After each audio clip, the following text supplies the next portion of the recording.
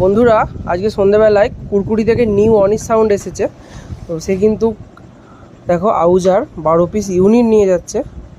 আর কালকে কিন্তু নিয়ে গেছে 20 পিস।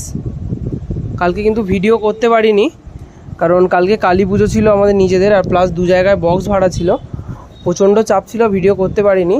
এছাড়া এই আউজা ইউনিটের সাথে, এটা খুলে দেখাচ্ছি না, আউজা ইউনিটের সাথে আরও কিছু মাল নিয়ে যাচ্ছে, সেটা দেখাই। তো সিডি যে হয়, সিডির জ্যাক নিয়ে যাচ্ছে 4টে, 1 2 3 4 4টে।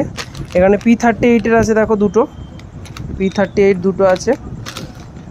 এখানে বেল্ট আছে, 15 মিটারের বেল্ট আছে একটা, এই হচ্ছে লক। এখানে আছে দুটো 5 মিটারের বেল্ট আছে, 5 মিটারের বেল্ট। তো সামনেই শুনলাম নাকি এক মারাত্মক লেভেলের কম্পিটিশন আছে এই শনিবার দিনে 4টে সেটআপের কম্পিটিশন।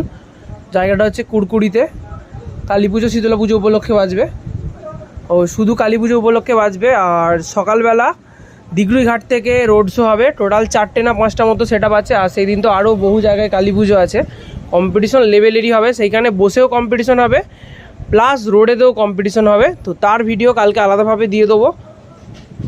যদি কারো এরকম প্রোডাক্ট লাগে সাউন্ডের, তো অবশ্যই কিন্তু আমার সাথে যোগাযোগ করবে।